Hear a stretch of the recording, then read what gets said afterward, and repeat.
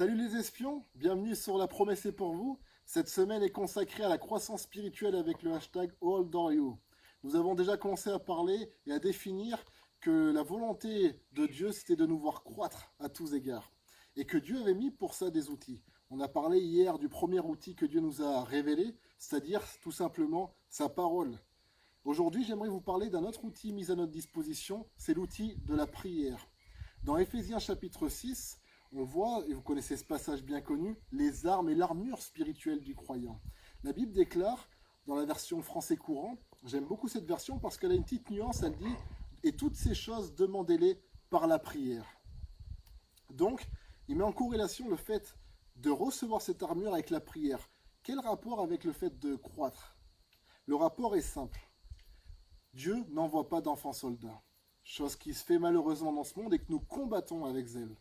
Spirituellement parlant, Dieu n'envoie pas d'enfants soldats non plus. C'est les adultes que Dieu revêt d'une armure. On voit à l'époque du roi David que le roi David n'avait pas été envoyé à la guerre lorsque Goliath s'est manifesté, mais ses frères oui, parce qu'ils étaient plus vieux. Mais lui étant jeune, n'avait pas été envoyé à la guerre. Lorsque David est venu et que Saül, le roi, lui a remis l'armure, il n'a pas pu la revêtir parce qu'elle était trop grande. Alors vous me direz, mais Fabien, David a quand même gagné Goliath là où les soldats n'ont pas réussi. Oui, mais David, en tant qu'enfant, a gagné Goliath. Il a tué quelques lions, c'est déjà extraordinaire.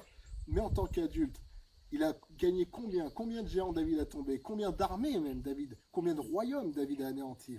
David était appelé par Dieu, il disait qu'il était un homme de guerre. Il ne pouvait pas bâtir le temple même à cause de ça. C'est son fils Salomon, qui veut dire paix complet, qui a pu le bâtir. Donc David était devenu un homme de guerre. Enfant, il avait eu quelques victoires. Adulte, il était un homme de guerre. Il était fort à la bataille. Il avait combattu les guerres de l'Éternel. Et Dieu nous appelle, oui, en tant qu'enfant, on peut avoir des victoires, mais il nous appelle alors plus que des victoires. Il nous appelle à devenir des guerriers. Des gens qui puissent revêtir cette armure. Et pour ça, nous devons croître. Et la Bible nous dit que le moyen pour croître et atteindre cette armure, c'est la prière. De la même manière que Jésus montait la montagne, il montait des échelons. Et en haut de cette montagne, il a prié. Son visage a été changé, ses habits ont été changés. Il a changé, sa nature s'est manifestée, sa nature dans les cieux. La Bible déclare, par exemple, un verset qui m'a beaucoup perturbé pendant des années. Elle dit que Jésus est l'agneau sacrifié avant la création du monde. Pourtant, ce sacrifice a été manifesté qu'à un temps précis de notre histoire.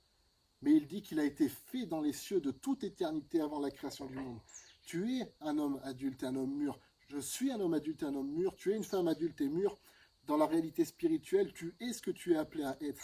Mais maintenant, tu dois manifester cette réalité céleste sur la terre pour que sa volonté soit faite sur la terre comme au ciel. Chose que nous devons demander aussi dans la prière. Dans la prière, nous devons demander à atteindre cette réalité céleste, cette réalité éternelle dans ce temps temporel dans lequel nous vivons. Et c'est à cela que sert la prière. Je t'invite vraiment à prier dans ce sens-là, à dire « Père, ce que je suis devant toi, ce que tu m'appelles à être sur la terre, je veux l'être maintenant. Père, tu avais tout prévu de toute éternité, mais tu as choisi un temps pour manifester toute chose. J'appelle ce temps maintenant dans ma vie. Je veux devenir la personne que je suis appelé à être. Je veux croître. Je veux revêtir cette armure. L'armée de Dieu a besoin, l'armée de Dieu recrute. Si l'armée de terre recrute, j'aimerais te dire que l'armée des cieux recrute aussi. Mais pour ça, tu dois être mûr. Pour ça, tu dois aspirer à grandir. Utiliser la parole, utiliser la prière et les autres moyens que nous allons te présenter. Et n'oubliez pas, la promesse est pour vous, pour vos enfants, pour ceux qui sont au loin, en aussi grand nombre que le Seigneur les appellera.